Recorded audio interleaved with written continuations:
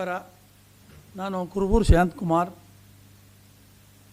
ಇವತ್ತಿನ ಮುಖ್ಯ ವಿಚಾರಗಳನ್ನು ಬ್ರೀಫ್ ಮಾಡಲಿಕ್ಕೆ ಮೊದಲು ಈಗ ಏನು ರಾಷ್ಟ್ರೀಯ ಹೆದ್ದಾರಿಗಳ ನಿರ್ಮಾಣ ಮಾಡಿದ್ದಾರೆ, ಅಲ್ಲಿ ಟೋಲ್ ಗೇಟ್ಗಳನ್ನು ನಿರ್ಮಾಣ ಮಾಡಿ ಹಣ ವಸೂಲಿ ಮಾಡ್ತಕ್ಕಂಥ ಕೆಲಸ ನಡೀತಾ ಇದೆ. ನಾವು ಹೇಳೋದಿಷ್ಟೇ, ಪಂಜಾಬ್ ರಾಜ್ಯದಲ್ಲಿ ಈ ಎಲ್ಲ ಟೋಲ್ಗಳನ್ನು ರದ್ದು ಮಾಡಿದ್ದಾರೆ. ವಾಹನ ತೆರಿಗೆದಾರರು ಟ್ಯಾಕ್ಸ್ ಕಟ್ಟಿ ರಿಜಿಸ್ಟ್ರೇಷನ್ ಮಾಡ್ಕೊಂಡು ವಾಹನ ತಗೊಂಡ್ಮೇಲೆ ಮತ್ತೊಮ್ಮೆ ಯಾಕೆ ಟ್ಯಾಕ್ಸ್ ಕೊಡಬೇಕು ನಿಮಗೆ ಅನ್ನುವಂಥ ವಿಚಾರ ಇಟ್ಕೊಂಡು ಇಡೀ ರಾಜ್ಯದಲ್ಲಿ ಟೋಲನ್ನು ಬಂದ್ ಮಾಡಿದ್ದಾರೆ. ಅದೇ ರೀತಿ ಕರ್ನಾಟಕ ರಾಜ್ಯದಲ್ಲೂ ಕೂಡ ಟೋಲನ್ನ ಬಂದ್ ಮಾಡಬೇಕು ಅಂತಕ್ಕಂಥದ್ದು ನಮ್ಮ ಮುಖ್ಯವಾದ ಉದ್ದೇಶ. ಈಗಿರ್ತಕ್ಕಂಥ ನಿಯಮಗಳಲ್ಲಿ ಟೋಲ್ನ ಸುತ್ತಮುತ್ತ 8 ಕಿಲೋಮೀಟರ್ ವ್ಯಾಪ್ತಿಯಲ್ಲಿ ಯಾವುದೇ ಹಳ್ಳಿ ಬರಲಿ ಅಲ್ಲಿನ ವಾಹನ ಸವಾರರಿಗೆ ವಿನಾಯಿತಿಯನ್ನು ನೀಡಿದೆ ಸರ್ಕಾರ. ಆದರೆ ಇವರು ಅದನ್ನು ಆಚರಣೆಗೆ ತರ್ತಾ ಇಲ್ಲ. ಮತ್ತು ಎರಡನೇದಾಗಿ ಕೃಷಿ ಉತ್ಪನ್ನಗಳು, ರೈತರ ವಾಹನಗಳನ್ನು ವಿನಾಯಿತಿ ನೀಡಿದ್ದಾರೆ. ಆ ಒಂದು ವಿನಾಯಿತಿ ನೀಡಿದರೂ ಕೂಡ ಬನ್ನಿ ಮಂಜುನಾಥ್, ವಿನಾಯಿತಿ ನೀಡಿದರೂ ಕೂಡ ಇವತ್ತು ಕೃಷಿ ಉತ್ಪನ್ನಗಳ ಸಾಗಾಟ ಮಾಡುವಂಥ ವಾಹನಗಳೆಲ್ಲ ತಡೀತಕ್ಕಂಥದ್ದು, ಮತ್ತು ಶುಲ್ಕ ವಸೂಲಿ ಮಾಡುವಂಥದ್ದು, ದಬ್ಬಾಳಿಕೆ ಮಾಡುವಂಥದ್ದು, ಇದು ವಿಪರೀತ ಆಗಿದೆ. ನಾವು ಹಲವಾರು ಬಾರಿ ಎಚ್ಚರಿಕೆ ಕೊಟ್ಟಿದ್ದೀವಿ, ಆದರೂ ಕೂಡ ಇದು ನಿಂತಿಲ್ಲ. ಇದರ ಬಗ್ಗೆ ಏನು ನ್ಯಾಷನಲ್ ಹೈವೇ ಅಥಾರಿಟಿಯವರು ಕ್ರಮ ಕೈಗೊಳ್ಳಬೇಕಾಗ್ತದೆ. ಅವ್ರು ಯಾಕೆ ಕಣ್ಮುಚ್ಚ ಕೂತಿದಾರೋ ಗೊತ್ತಿಲ್ಲ. ಆ ಹಿನ್ನೆಲೆಯಲ್ಲಿ ಏನು ಟೋಲ್ ನಾಕ ವಸೂಲಿ ಮಾಡ್ತಾಯಿದ್ದಾರೆ ಅದನ್ನು ರಾಜ್ಯಾದ್ಯಂತ ಬಂದ್ ಮಾಡಬೇಕು ಅನ್ನುವಂಥ ವಿಚಾರ ಇಟ್ಕೊಂಡು ಇದೇ ತಿಂಗಳ 23ನೇ ತಾರೀಕು ನಾವು ಒಂದು ಟೋಲ್ ನಾಕ ಮುಂದೆ ಪ್ರತಿಭಟನೆ ಹಮ್ಮಿಕೊಂಡಿದ್ದೀವಿ. ನಿಮ್ಮ ಗಣನೂರು ಮುಂದೆ ಒಂದು ಬೃಹತ್ ಪ್ರತಿಭಟನೆಯನ್ನು ಹಮ್ಮಿಕೊಂಡಿದ್ದೀವಿ. ಸಂಬಂಧಪಟ್ಟಂಥ ಅಧಿಕಾರಿಗಳು ಬಂದು ನಮಗೆ ಸಮಚಾಯಿಸಿ ಕೊಡಬೇಕು. ಸರ್ಕಾರ ಕೂಡ ಇದ್ರ ಬಗ್ಗೆ ನಿರ್ಧಾರವನ್ನು ಮಾಡಬೇಕು. ರೈತರಿಗೆ ಆಗ್ತಕ್ಕಂಥ ತೊಂದರೆಗಳನ್ನು ತಪ್ಪಿಸಬೇಕು ಅಂತಕ್ಕಂಥದ್ದು ನಮ್ಮ ಒತ್ತಾಯ.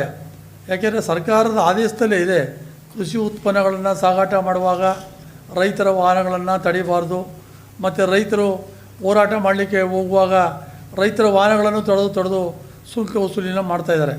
ಇವೆಲ್ಲ ಆಗ್ತಕ್ಕಂಥ ಹಿನ್ನೆಲೆಯಲ್ಲಿ ಈ ಚಳುವಳಿನ ರೂಪಿಸಿದ್ದೀವಿ. ಈಗಾಗಲೇ ಬೇರೆ ಬೇರೆ ಕಡೆಯೂ ಕೂಡ ಚಳುವಳಿ ಮಾಡಬೇಕು ಅಂತೇಳಿ ನಮ್ಮ ಸಂಘಟನೆಯ ಪ್ರಮುಖರಿಗೂ ಕೂಡ ಕರೆ ಕೊಟ್ಟಿದ್ದೀವಿ. ಇದು ಭಾಳ ಮುಖ್ಯವಾದಂಥ ವಿಚಾರ. ಮತ್ತು ಇದಾದ ನಂತರ ಜಿಲ್ಲಾಧಿಕಾರಿಗಳು, ಸೂಪರಿಂಟೆಂಡೆಂಟ್ ಪೊಲೀಸರನ್ನ ಭೇಟಿ ಮಾಡಿ ಅವ್ರಿಗೂ ಕೂಡ ಇದ್ರ ಬಗ್ಗೆ ಗಮನ ಸೆಳಿತೀವಿ. ಅವ್ರೇನು ಕ್ರಮ ತಗೋತಾರೆ ನೋಡೋಣ. ಮತ್ತು ಎರಡನೇ ವಿಚಾರ, ಈ ರಾಜ್ಯ ಸರ್ಕಾರ ಕಳೆದ 6 ತಿಂಗಳ ಹಿಂದೆ 1 ಟನ್ ಕಬ್ಬಿಗೆ ಹೆಚ್ಚುವರಿ 100 ರೂಪಾಯಿ ಬೆಲೆ ನಿಗದಿ ಮಾಡಿದ್ರು. ಆದರೆ ಕಾರ್ಖಾನೆಗಳು ಒಮ್ಮೆ ಕೋರ್ಟ್ಗೆ ಹೋದಾಗ ಹೈಕೋರ್ಟಲ್ಲಿ ಅದಕ್ಕೆ ಸ್ಟೇ ಕೊಡಲಿಲ್ಲ. ಅದಾದ ನಂತರ ದಕ್ಷಿಣ ಭಾಗದ ಕಾರ್ಖಾನೆಗಳು, ಮಂಡ್ಯ, ಮೈಸೂರು, ಚಾಮರಾಜನಗರ, ಹಾಸನ, ದಾವಣಗೆರೆ ಭಾಗದ ಕೆಲವೊಂದು ಕಾರ್ಖಾನೆಗಳು ಮತ್ತೊಮ್ಮೆ ಕೋರ್ಟ್ಗೆ ಹೋಗಿ ಸ್ಟೇ ತಂದಿದ್ದಾರೆ. ಇವರು ಪದೇ ಪದೇ ಸರ್ಕಾರ ನಿಗದಿ ಮಾಡಿದಂಥ ಹಣನೂ ಕೊಡೋದಿಲ್ಲ, ರೈತರಿಗೆ ನ್ಯಾಯಯುತ ಬೆಲೆನೂ ಕೊಡೋದಿಲ್ಲ, ತುಂಬ ಮೋಸ ಮಾಡ್ತಾಯಿದ್ದಾರೆ ಕಾರ್ಖಾನೆಗಳು. ಆದ್ದರಿಂದ ಈಗೇನು ಸರ್ಕಾರ ನಿಗದಿ ಮಾಡಿದೆ ಹೆಚ್ಚುವರಿ 100 ರೂಪಾಯಿ, ಅದರಲ್ಲಿ 50 ರೂಪಾಯಿ ಸರ್ಕಾರ ಕೊಟ್ಟಿದೆ, ಇನ್ನು 50 ರೂಪಾಯಿ ಕೊಡಬೇಕಾಗಿದೆ.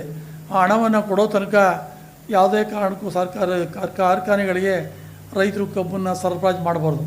ಕಾರ್ಖಾನೆ ಮುಂದೆ ಹಣ ಕೊಡೋ ತನಕ ನಾವು ಕಬ್ಬನ್ನು ಸರಬರಾಜು ಮಾಡಲ್ಲ ಅನ್ನುವಂಥ ಒತ್ತಾಯನ ತರಬೇಕಾಗ್ತದೆ. ಇಲ್ಲಾಂದರೆ ಕಳೆದ 3 ವರ್ಷಗಳ ಹಿಂದೆ 150 ರೂಪಾಯಿ ಹೆಚ್ಚುವರಿ ಬೆಲೆ ನಿಗದಿ ಮಾಡಿದವರು ಕೂಡ ಇದೇ ರೀತಿ ಕೋರ್ಟ್ಗೆ ಸ್ಟೇ ತಂದರು. ಮತ್ತು ಈ ವರ್ಷವೂ ಕೂಡ ಅದೇ ಕೆಲಸ ಮಾಡಿದ್ದಾರೆ.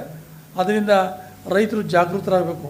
ಯಾಕೆಂದರೆ ಕಬ್ಬಿನ ಹಣವನ್ನು ಕೊಡದೇ ಕಾರ್ಖಾನೆಗಳು ವ್ಯವಸ್ಥಿತ ಮೋಸವನ್ನು ಮಾಡ್ತಾಯಿದ್ದಾರೆ.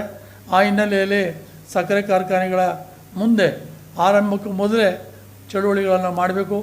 ಮತ್ತು 275 ಏನು ಇವತ್ತು ಅವರು ಶುಲ್ಕ ವಸೂಲಿ ಮಾಡ್ತಾವ್ರೆ.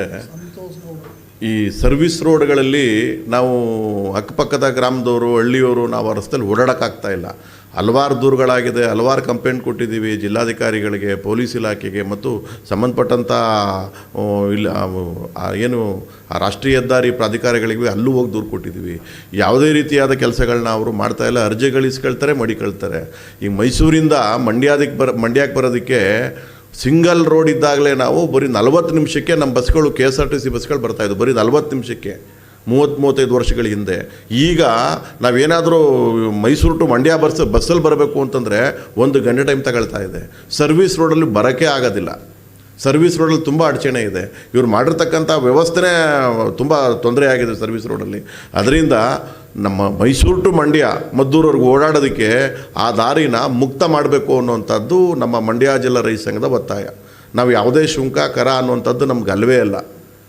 ಸುಮ್ಮನೆ ಅವ್ರು ಬಂದು ಈಗ ಸರ್ಕಾರಿ ಜಾಗದಲ್ಲೇ ಹಾಕೊಂಡಿರ್ತಕ್ಕಂಥದ್ದು, ಸರ್ಕಾರಿ ಜಾಗದಲ್ಲೇ ಕಟ್ಟಿರ್ತಕ್ಕಂಥದ್ದು. ನಮಗೆ ಈ ರಸ್ತೆ ಬೇಕಿತ್ತಾ ಅನ್ನೋಷ್ಟು ಈಗ ನಮಗೆ ಜಿಜ್ಞಾಸೆ ಆಗಿದೆ. ಆ ನಿಟ್ಟಲ್ಲಿ ನಮಗೆ ಮೈಸೂರು ಟು ಮಂಡ್ಯ ಮದ್ದೂರಿನವ್ರಿಗೆ, ಈ ಭಾಗದ ರೈತರು ಓಡಾಡೋರಿಗೆ ಯಾವುದೇ ಕರ ಇಲ್ಲದೆ, ಶುಂಕ ಇಲ್ಲದೆ ನಾವು ಯಾವುದೇ ಸಾರ್ವಜನಿಕರಿರ್ಬೋದು, ರೈತರಿರ್ಬೋದು, ಆ ಥರ ವ್ಯವಸ್ಥೆ ಮಾಡಬೇಕು ಅನ್ನುವಂಥದ್ದು ಸರ್ಕಾರಕ್ಕೆ ಒತ್ತಾಯ ಮಾಡ್ತಾರೆ.